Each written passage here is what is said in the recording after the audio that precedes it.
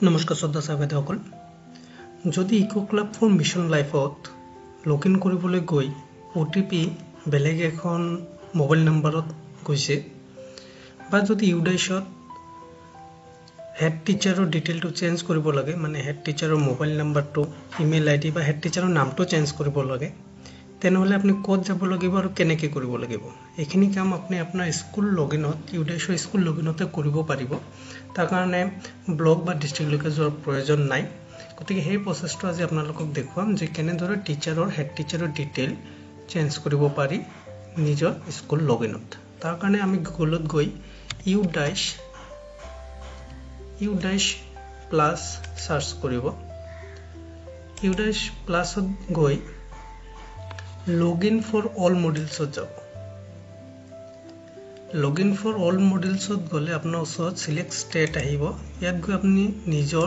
ষ্টেটখন select কৰি গো কৰি দিব আৰু ইয়াত আপুনি চাব পাৰিব ইয়াত ইউডাইছৰ কেইটা লগইন ডিটেইল আছে গটেকেটা ইয়াত খুল খাব ইয়াৰ ভিতৰত আপুনি যেটো কাম কৰিব ওলাইছে যে হেড টিচাৰৰ ডিটেইলটো চেঞ্জ কৰা তাৰ কাৰণে আপুনি যাব লাগিব login for school directory user management ইয়াত আপুনি লগইনত টিপি দিয়ক টিপি দিয়াৰ পিছত আপোনাৰ স্কুলৰ ড্যাশবোৰ্ড আৰু পাছৱৰ্ড বহাই দি ক্যাপচাটো সঠিককৈ ইয়াত বহাই দিব লাগিব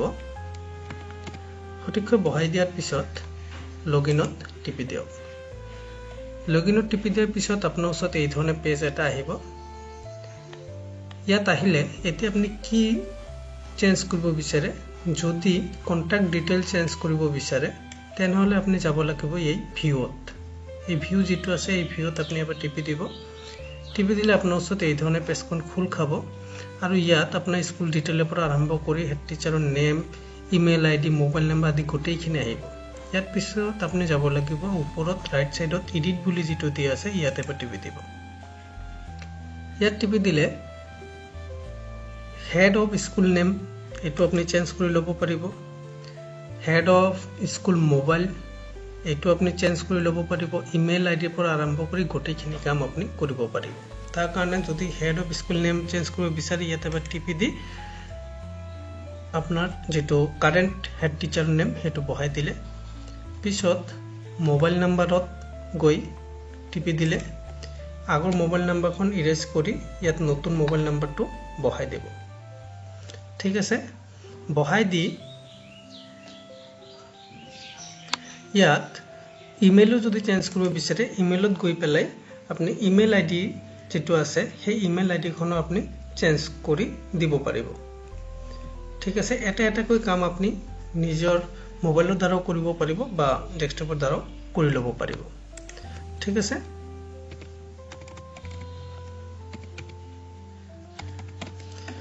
নাম ইমেইল আইডি গোটেইখিনি চেঞ্জ কৰিলে চেঞ্জ কৰাৰ পিছতো তলত চাব আগৰখিনি দেখায় যদি এই ওপৰত যেটো ব্লু কালাৰ টিক মাৰ্ক হৈ আছে এটো এবাৰ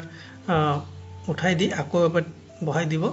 কাৰেন্ট যেটো নেম আপুনি আপডেট কৰিছে হেটো আহি যাব এইখিনি কাম কৰি লোৱাৰ পিছত আপুনি তে কি কৰিব তলত চাব এটা ক্যান্সেল আৰু এটা আপডেট আছে এই আপডেট যেটো আছে ইয়াত টিপি দিব আপডেটত টিপি দিয়াৰ লগে লগে স্কুলৰ ডিটেইলখন সাকসেসফুলি আপডেট হৈ গৈছে বুলি আহিছে তাৰ মানে আপোনাৰ এতিয়া ইউডাইছত আপোনাৰ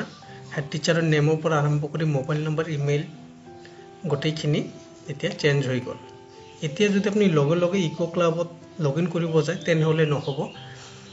অলপ সময় দিব লাগিব